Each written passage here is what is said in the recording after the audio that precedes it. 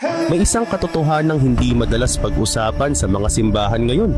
Sa katunayan, hindi nangako si Jesus ng kaginhawaan, kayamanan o kahit garantisadong kaligtasan sa pisikal na katawan. Sa halip may iniwan siyang 7 katangian para ilarawan ang maliit na grupo ng tao, ang tinatawag na remnant o sa Tagalog mga natitira o mga nalalabi, at sila din ang tatanggi sa Mark of the Beast sa mga huling araw.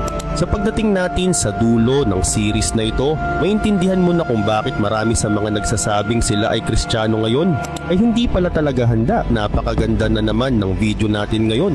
Dahil dito malalaman muna kung sino-sino ang mga maliligtas at kung sino ang mga taong hindi talaga magpapatatak ng marka ng halimaw kahit anong mangyari. At ikaw na nanonood ngayon, magpapatatak ka ba ng Mark of the Beast o hindi? At sagutin mo yan pagkatapos mong panoorin ang video na ito. Kaya naman simulan na natin. Trait number 1, they run the moment God commands it. Sinabi ni Jesus sa Matthew chapter 24 verse 16, kung sino man ang nasa Judea, tumakas na papuntang kabundukan. Pero teka, hindi ba't ang remnant ay matatag? Hindi basta sumusuko? Bakit ngayon sinasabi ni Jesus na tumakas? Mukhang magkalaban ang mga ideya, di ba? Pero ang totoo, hindi laging laban ang sagot, minsan pagsunod. At may mga panahon na ang utos ng Diyos ay simple lang. Kagaya ng umalis ka dyan. Ang remnant may kakayahang makarinig ng boses ng Diyos kahit maingay ang mundo. Isipin mo na lang si Lot na tumakas mula sa Sodoma. Isipin mo ang mga Israelita na iniwan ng Egypt. Isipin mo si Noah na gumawa ng arka kahit walang senyalis ng bagyo. Paulit-ulit sa kasaysayan. Ang mga tunay na anak ng Diyos ay tinawag niya para umalis bago dumating ang kapahamakan. At sa huling panahon ganun ulit ang mangyayari. Dapat handa mong iwan ang komportable. Handang sumunod kahit hindi nauunawaan ng iba, handang magmukhang OA o paranoid o siraulo sa mata ng mundo. Dahil ang prinsipyo nila ay simple. Kung sinabi ng Diyos na lumakad, lalakad sila. Kung sinabi niyang tumakbo, tatakbo sila. Hindi nila papansinin ang sasabihin ng iba. Hindi nila iisipin kung trending ba o hindi. Hindi nila hihintayin ang opinyon ng tao. Susunod sila agad. Dahil alam nila, mas delikado ang mabagal na pagsunod kaysa sa pagtakbo ng walang paliwanag. Trait number 2, those who refuse to quit no matter the cost. Sabi ni Jesus sa Matthew chapter 24 verse 13, pero ang magtitiis hanggang sa wakas, siya ang maliligtas. Ngayon isipin mong mabuti ang mga salitang yan, magtiis hanggang sa wakas. Hindi sinabi ni Jesus na maniwala ka lang, okay ka na. Hindi rin sinabi na magdasal ka ng isang beses, ligtas ka na habang buhay. Ang sinabi niya ay magtiis hanggang sa wakas. Ibig sabihin itong remnant na tatanggi sa marka ng halimaw, hindi sila tatalikod kahit pag-usigin sila. Hindi sila magko-compromise kahit habulin sila. Hindi sila bibigay kahit gutumin, pahirapan o ituring na wala ng karapatan sa lipunan. Pero bago tayo dumiretso sa trait number 3, may kailangan ka munang maintindihan na maglalantad ng malaking problema sa modernong Kristyanismo ngayon. Sabi ni Jesus, ang maliligtas ay ang magtitiis. Pero tingnan mo ang nangyayari ngayon. Ano ang itinuturo sa napakaraming simbahan? You deserve your best life now. God wants you always comfortable. Blessing means convenience. Nakikita mo ang problema? Ibang-iba ang tinuturo ni Jesus. Si Jesus nagsabi, ang daan ay makitid. Ang pag-ibig ay sinusubok at ang kaligtasan ay may kasamang pagtitiis, hindi komportabling pamumuhay. Kaya maraming Kristiyano ngayon ay marupok, mababaw, madaling matinag.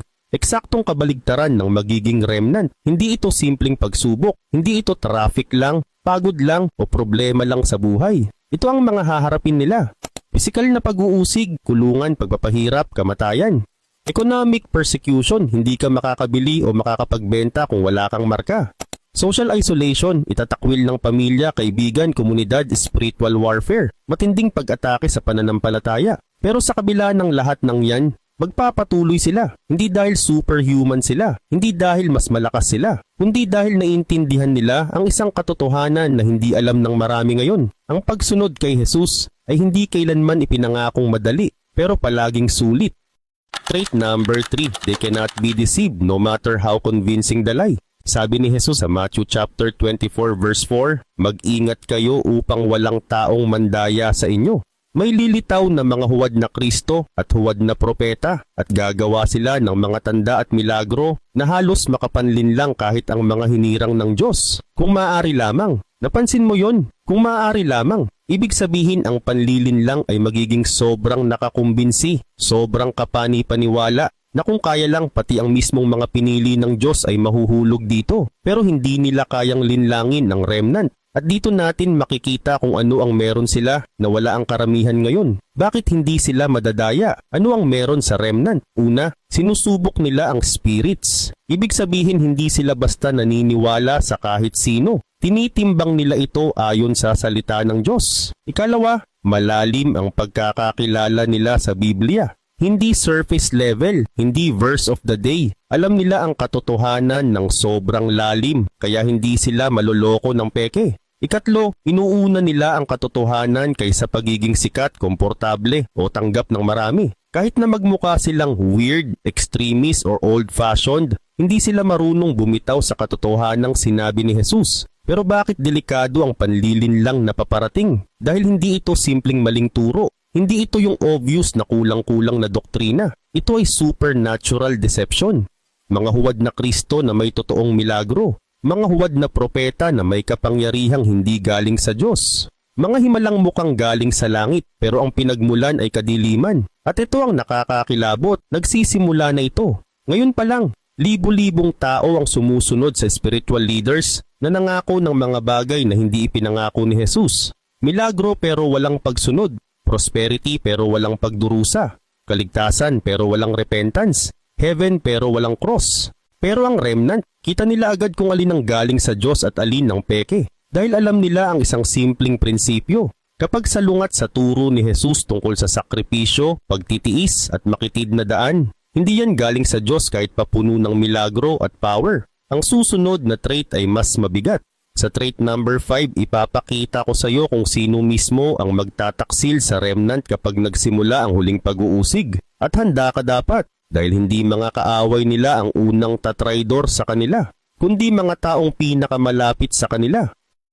Trait number 4, they value eternity more than their own lives. Ito ang katangian na magpapakita kung bakit kamumuhian ng buong mundo ang remnant. Sabi ni Jesus sa Matthew chapter 16 verse 25, ang sino mang handang mawala ang kanyang buhay dahil sa akin, siya ang tunay na makakasumpong nito. At sa Revelation chapter 12 verse 11, hindi nila inibig ang kanilang sariling buhay, kahit pa humantong iyon sa kamatayan. Ito ang susi sa pag-intindi sa remnant. Hindi sila kontrolado ng takot sa kamatayan. At dahil dito, sa panahon kung saan halos lahat takot mamatay, takot magdusa, takot mawalan, nagiging imposible silang mapasuko. Isipin mo ang mundong ginagalawan natin ngayon. Halos lahat ng bagay umiikot sa seguridad at pag-iwas sa kamatayan. Life insurance, health insurance, safety protocols, medical monitoring, security systems, government regulations. Buong sistema ng lipunan, mula trabaho hanggang teknolohiya, ay nakatayo sa isang pangunahing emosyon, takot. At ito ang mismong emosyon na gagamitin at lalasunin ng beast system. Ito ang magiging pakiusap ng marka ng halimaw. Tanggapin mo at mabubuhay ka, tumanggi ka. At mamamatay ka. Para sa karamihan, hindi ito magiging totoong pagpili. Pero para sa remnant, kaya nilang tanggihan kahit kamatayan ang kapalit. Dahil para sa kanila, ang kamatayan ay hindi pader. Ito ay pintuan, hindi ito katapusan. Ito ang simula ng walang hanggang buhay kasama ang Diyos. Ngayon hayaan mong ilarawan ko kung gaano katindi ang magiging sitwasyon. Pamilya, magkakahiwalay at magkakawatak-watak. Hindi sila makakabili ng pagkain. Hindi sila makakabayad ng renta. Hindi sila makakapagpa-check up o magpagamot. Wala silang access sa bangko, ID, ospital o kahit anong serbisyo. At magiging outlaw sila sa sarili nilang bayan. At sa gitna ng lahat ng hirap na yon, hindi sila tatalikod kay Jesus. Bakit? Dahil alam nila ang katotohanang hindi na ituro sa maraming modernong Kristiyano. Ang buhay dito sa mundo ay pansamantala. Pero ang kapalaran natin sa kabilang buhay ay walang hanggan. Mas pipiliin nilang mamatay ng tapat kaysa mabuhay ng kompromiso. At ito ang pinakamabigat. Sa trait number 5, ipapakita ko sa iyo kung sino mismo ang magtuturo, magtataksil at maghuhulog sa remnant sa kapahamakan. At masakit man pakinggan, hindi ito ang gobyerno, hindi ito ang mga sundalo, hindi ito ang mga relihiyosong leader. Ang aatake sa kanila ay mga taong nagsabing mahal nila ang remnant, mismo pamilya, kaibigan at mga kapwa mananampalataya. Trait number 5, they will be betrayed and hated. Sabi ni Jesus sa Matthew chapter 24 verse 9, ipagkakanulo nila kayo para pahirapan at patayin at kayo'y kamumuhian ng lahat ng bansa dahil sa aking pangalan. At ngayon ito ang tanong, sino ang they na tinutukoy ni Jesus? Sino ang magtuturo sa remnant? Kadalasan, iniisip agad ng mga tao na mga sundalo, politiko o anti-Christian na gobyerno ang tutugis sa kanila. Pero hindi iyon ang sinabi ni Jesus. Ang magtataksil sa remnant ay mismong mga taong malalapit sa kanila.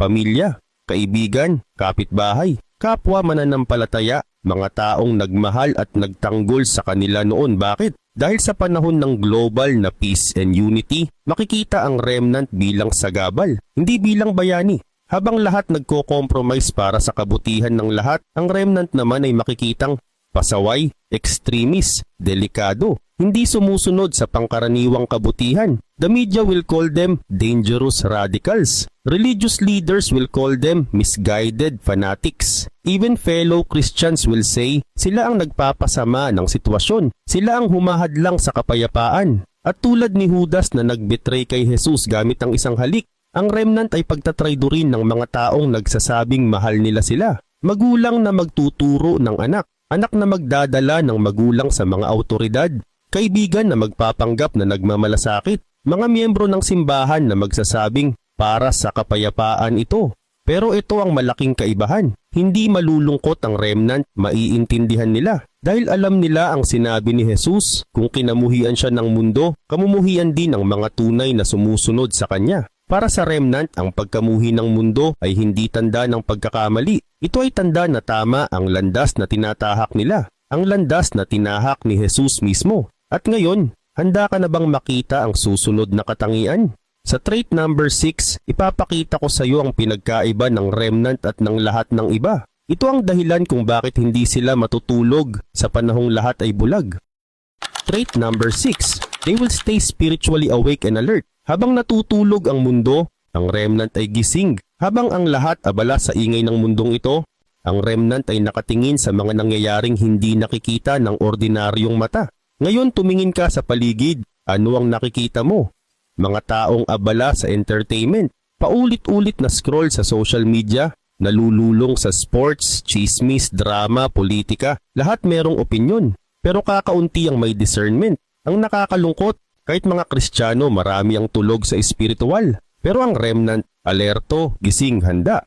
Hindi sila madaling maloko ng propaganda, hindi sila nadadala ng emosyon, hindi sila napapalin lang sa ganda ng salita ng mundo. Alam nila ang panahon, alam nila ang nangyayari, at alam nila kung ano ang paparating. Habang ang iba ay nakapikit, sila ay handang lumaban sa espiritual na digmaan. At dito papasok ang pinakamalupit na katangian. Handa ka na?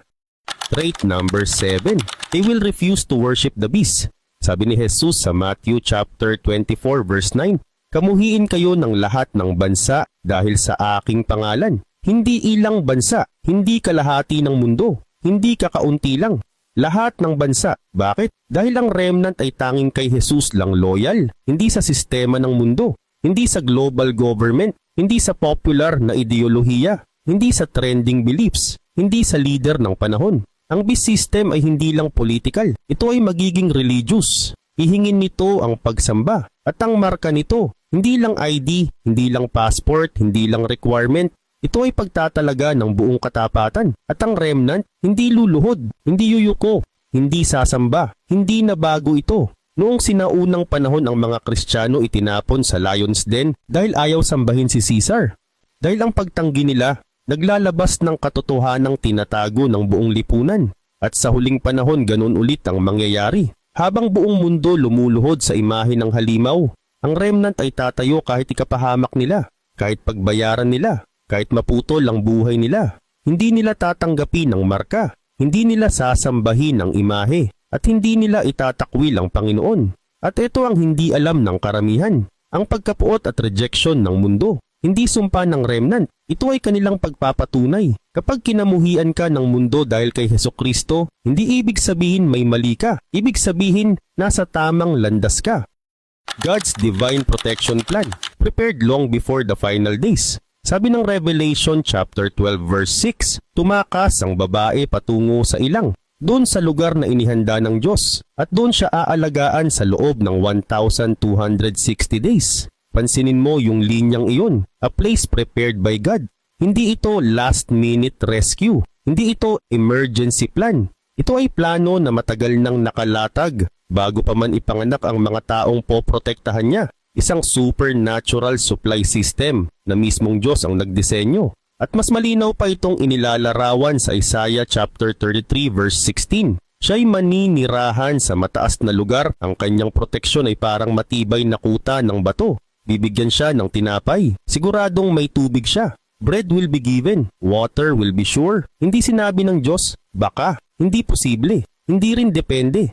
Ang sabi niya, it will happen. Pero baka iniisip mo, paano magkakaroon ng pagkain at tubig mula sa Diyos sa modernong panahon? Paano bubuhayin ng Diyos ang mga taong tatanggi sa marka? Simple, balikan mo ang ginawa niya noon. Sa loob ng 40 taon sa ilang, pinakain ng Diyos ang 3 milyong Israelita araw-araw. Bumababa ang manna tuwing umaga. Hindi naluluma ang kanilang damit, hindi nasisira ang kanilang sapatos, at kapag nauuhaw sila, nagmumula ang tubig sa bato, at di lang yan. Nang hinahabol si Elijah ni Haring Ahab, mga uwak ang inutusan ng Diyos para magdala ng tinapay at karne 2 times a day. Sa 3.5 years ng matinding taggutom, never siyang nagutom. Diyos mismo ang nagsupply. May isa ring balo na halos wala ng pagkain, isang dakot na harina, kaunti lang na langis. Pero dahil sa pangako ng Diyos, hindi naubos ang pagkain nila ni Elijah. At syempre, yung feeding of the 5,000, 5 loaves, 2 fish, at pagkatapos kumain ng lahat, may 12 baskets pang natira. Kung kaya ng Diyos gawin lahat iyon noon, kaya niya ring gawin ngayon. Hindi siya tumatanda. Hindi siya nauubusan ng kapangyarihan. Hindi siya napapagod mahalin ang kanyang mga anak. At ito ang hindi napapansin ng marami. Matagal nang inihahanda ng Diyos ang proteksyon para sa remnant. Libo-libong taon bago pa magsimula ang gulo. Ang Psalm 91 ay parang love letter ng Diyos sa mga taong nagtitiwala sa Kanya. Ang nananatili sa lihim na lugar ng kataas-taasan ay mananatili sa lilim ng makapangyarihan. Iligtas niya kayo mula sa bitag ng kaaway at sa mga nakamamatay na salot. Tatabunan niya kayo ng kanyang mga pakpak at doon kayo makakatagpo ng kanlungan. Pero ang talagang nakakakilabot sa magandang paraan ay ang verse 7. 1,000 may fall at your side, 10,000 at your right hand, but it shall not come near you. Habang bumabagsak ang mundo, hindi ka niya pababayaan. Habang naguguluhan ng lahat, bibigay niya ang kailangan mo. Habang puno ng kaguluhan ang paligid, magkakaroon ka ng kapayapaan na hindi kayang nakawin ng mundo. Hindi lang sa Bible nangyayari to. Sa mga underground churches sa China, maraming testimonies na ganito. Nakakulong sila, pero may pagkain. Walang gamot, pero gumagaling. Walang pag-asa, pero may milagro. Parehong Diyos, parehong kapangyarihan, parehong pag-ibig. Pero mahalaga itong tandaan. Ang proteksyon ng Diyos ay hindi nangangahulugang magiging madali ang buhay. Hindi niya pinangakong masarap ang daan. Ang pangako niya, kasama ka niya hanggang dulo. Ginagamit niya ang hirap para palakasin ka. Ginagamit niya ang kaguluhan para palalimin ang iyong pananampalataya. At dyan papasok ang susunod na bahagi. Eternal rewards for the faithful.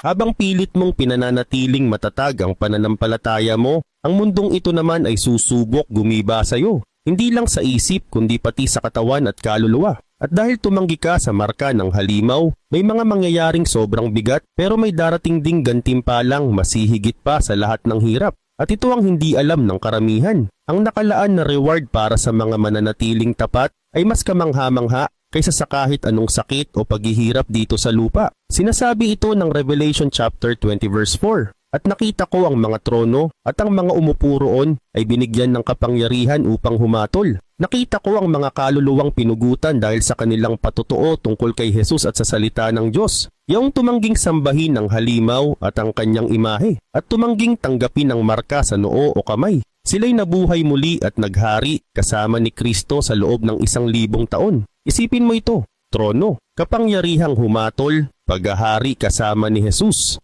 Hindi ito simbolo lang, hindi ito parang metaphor. Ito ay totoong posisyon, totoong trabaho, at totoong kapangyarihan sa kaharian ng Diyos. At hindi pa dyan nagtatapos. Sabi ng Revelation chapter 20 verse 6, mapalad at banal ang may bahagi sa unang pagkabuhay. Sa kanila, walang kapangyarihan ng pangalawang kamatayan, sila'y magiging mga pari ng Diyos at ni Kristo at maghahari kasama niya sa loob ng 1,000 taon. Ibig sabihin, sila ang unang bubuhayin. Hindi sila tatamaan ng second death o impyerno. Maglilingkod sila bilang priests. Maghahari sila kasama ni Kristo ng 1,000 taon. Isipin mo yan, ruling position, priestly honor, at eternal protection. Lahat dahil tumanggi ka sa marka. Sabi ng James chapter 1 verse 12, mapalad ang taong nananatiling tapat sa gitna ng tukso, sapagkat kapag siya'y napatunayang matatag, tatanggap siya ng crown of life na ipinangako ng Panginoon sa mga umiibig sa Kanya. Ang crown of life ay special reward para sa mga handang mamatay para kay Jesus. Hindi dahil gusto nilang mamatay, kundi dahil mas mahal nila ang Diyos kaysa buhay nila. At ito ang pinakamatindi, hindi lang gantimpala, relasyon mismo kay Jesus. Sabi ng Revelation chapter 3 verse 21, sa magtatagumpay, ibibigay ko ang karapatang umupo kasama ko sa aking trono, gaya ng pag-upo ko sa trono ng aking ama matapos kong magtagumpay. Hindi lang kasama si Jesus, katabi si Jesus sa trono niya, kasama sa pamamahala sa lahat ng bagay. Sino ang pwedeng makaranas nito? Yung nanalo laban sa takot at tumanggi sa marka. Sabi ng John chapter 15 verses 13 to 15, walang pag-ibig na hihigit pa kaysa sa pagbibigay ng buhay para sa kaibigan. Kayo ay mga kaibigan ko kung ginagawa ninyo ang aking mga utos. Hindi ko na kayo tinatawag na mga lingkod. Tinawag ko kayong mga kaibigan dahil ibinahagi ko na sa inyo ang lahat ng narinig ko mula sa aking ama. Anong reward dito? Hindi ka lang servant, friend ka ni Jesus. Pinagkakatiwalaan ka niya. Pinapakita niya sa iyo ang kanyang mga plano. Ito ang pinakamalalim na relationship na maaring magkaroon ng tao sa Diyos. Sabi ng 2 Corinthians chapter 4 verses 17 to 18, ang gaan ng aming paghihirap saglit lang, pero naghahanda para sa amin ng isang kaluwalhatiang walang hanggan. Isang glory na sobrang laki, sobrang bigat at hindi masukat. Ang salitang exceeding ay ibig sabihin, lumalampas sa kahit anong pwedeng sukatin. Kung maghirap ka ng 70 years dahil tumanggi ka sa marka, ang reward mo ay walang hanggan. Kung maghirap ka ng 7 days bago ka mamatay para kay Jesus, pareho lang ang eternal reward mo. Ganun kaiba ang math ng Diyos. Kahit gaano kasakit ang panahon dito sa lupa, wala itong kapalit na katumbas ng gantimpalang naghihintay sa langit. Ang tapang mo sa pagtanggi sa marka ay hindi lang basta isang kwento. Ito ay magiging alamat na ikukuwento sa walang hanggan. Isang kwento ng pananampalataya na magbibigay inspirasyon kahit sa mga susunod na henerasyon sa eternity. Pero tandaan mo ito, kung ang mga tumatanggi sa marka ay may gantimpala, ang mga nanakit sa kanila ay may kaparusahan din. Sigurado, mabilis at hindi matatakasan. Hindi kailanman nakakalimot ang Diyos kapag may nanakit sa kanyang mga anak. Hindi niya tinitingnan na aksidente lang o coincidence lang iyon. Katarungan ang sagot niya. At balang araw makikita mismo ng mga tapat kung paano lalaban ng Diyos para sa kanila at magiging kakilakilabot iyon sa mga umusig sa kanila. Sabi ng 2 Thessalonians chapter 1 verses 6 to 8, matuwid sa Diyos na gantihan ng kapighatian ng mga nanggulo sa inyo at bigyan kayo ng kapahingahan kapag si Jesus ay nahayag mula sa langit kasama ang kanyang mga makapangyarihang anghel na darating na may nagliliyab na apoy upang maghiganti sa mga hindi nakakakilala sa Diyos at sa mga ayaw sumunod sa Ebanghelyo. Malinaw na malinaw. Kung sino ang nagdulot ng sakit, sila rin ang makakatikim ng sakit. Kung sino ang nangapi, sila ang paparusahan. Kung sino ang naghatol sa mga tapat, sila ang hahatulan ng Diyos mismo. Ganito gumagana ang hustisya ng Diyos. Hindi siya bulag, hindi siya tahimik, hindi siya natutulog sa Revelation chapter 6 verse 10. Narinig ang sigaw ng mga pinatay dahil sa pananampalataya. Hanggang kailan, Panginoon, banal at tapat bago mo hatulan at ipaghiganti ang dugo namin laban sa mga nakatira sa lupa? Isipin mo yan. Bawat patak ng dugo, bawat luha, bawat kirot, bawat sipa, insulto at paghihirap, lahat iyon narinig ng Diyos. Lahat iyon nakita niya, lahat iyon itinago niya sa kanyang puso at sinabi niya, babawi ako. Ang mga hatol sa Revelation chapter 16 ay direktang para sa mga tumanggap ng marka, mga sumamba sa imahe ng halimaw, mga nangusig sa mga tumanggi. Sabi ng Revelation chapter 16 verse 2, ibinuhos ng unang anghel ang laman ng kanyang mangkok sa lupa at lumitaw ang mabahong sugat sa mga taong tumanggap ng marka ng halimaw at sumamba sa kanyang imahe. Hindi ito ordinaryong sakit, hindi ito allergy, hindi ito impeksyon. Ito ay direktang hatol ng Diyos.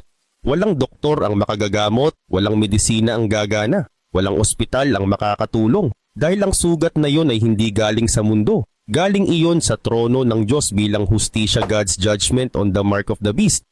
Sinasabi ng Revelation chapter 16 verses 3 to 4, ibinuhos ng ikalawang anghel ang laman ng kanyang mangkok sa dagat at ang tubig ay naging dugong parang dugo ng patay at namatay ang bawat nilalang sa dagat. Pagkatapos ibinuhos ng ikatlong anghel ang kanyang mangkok sa mga ilog at bukal at ang mga iyon ay naging dugo. Ang dagat nagiging dugo, ang mga ilog at bukal nagiging dugo rin. Wala nang maiinom na malinis na tubig. At bakit ganoon ang hatol? Dahil silang nagpadanak ng dugo ng mga tapat, ngayon ay sila ang paiinumin ng dugo. Ito ang hustisya ng Diyos, diretso, malinaw at hindi malalampasan the scorching heat, ang apoy na hindi pumapatay, pero nagpaparusa. Sinasabi ng Revelation chapter 16 verses 8 to 9, ibinuhos ng ikaapat na anghel ang kanyang mangkok sa araw, at binigyan ng araw ng kapangyarihang sunugin ng mga tao. At ang mga tao ay sinunog ng matinding init, ngunit sa halip na magsisi, nilapastangan nila ang pangalan ng Diyos na may kapangyarihan sa mga salot na ito. Isang matinding init na. Nasusunog ang balat, umaabot hanggang buto, pero hindi sila namamatay. Bakit hindi sila pinapatay? Dahil ipinaparamdam ng Diyos ang parehong sakit na ibinigay nila sa mga tumanggi sa marka vindication for the faithful, ang pagpapakita kung sino ang tama. Sabi ng Revelation chapter 3 verse 9, gagawin kong lumapit at yumuko sa iyong paanan ng mga nagsasabing sila ay kabilang sa sinagoga ni Satanas pero nagsisinungaling, at ipapakita kong minahal kita. Isipin mo ang eksenang ito. Yung mga tumawa sa iyo, yung mga nanlait ng pananampalataya mo, yung mga nagsabi na baliw ka, yung mga nagsabing masisira ang pamilya mo. Balang araw sila mismo ang yuyuko sa harap mo at sasabihin nila, kahit ayaw nila, ikaw ang tama, totoo ang Diyos na sinusunod mo. Mahal ka niya noon pa man. Hindi ito paghihiganti, hindi ito personal na galit, ito ay hustisya, ito ay paglalantad ng katotohanan. Divine Avenge, ang makadiyos na paghihiganti para sa mga tapat. Sabi ng Revelation chapter 19 verse 2, tapat at matuwid ang kanyang mga hatol. At sa Romans chapter 12 verse 19 malinaw ang sinabi, huwag kayong maghiganti, hayaan ninyong ang Diyos ang magparusa, sapagkat nasusulat, akin ang paghihiganti, ako ang gaganti, says the Lord. Hindi mo kailangang suklian ng pang-aapi, hindi mo kailangang gumanti, hindi mo kailangang ipaglaban ang sarili mo. Diyos ang gagawa nun, at mas mabigat, mas tama, at mas perpekto kaysa kahit anong paghihiganti ng tao.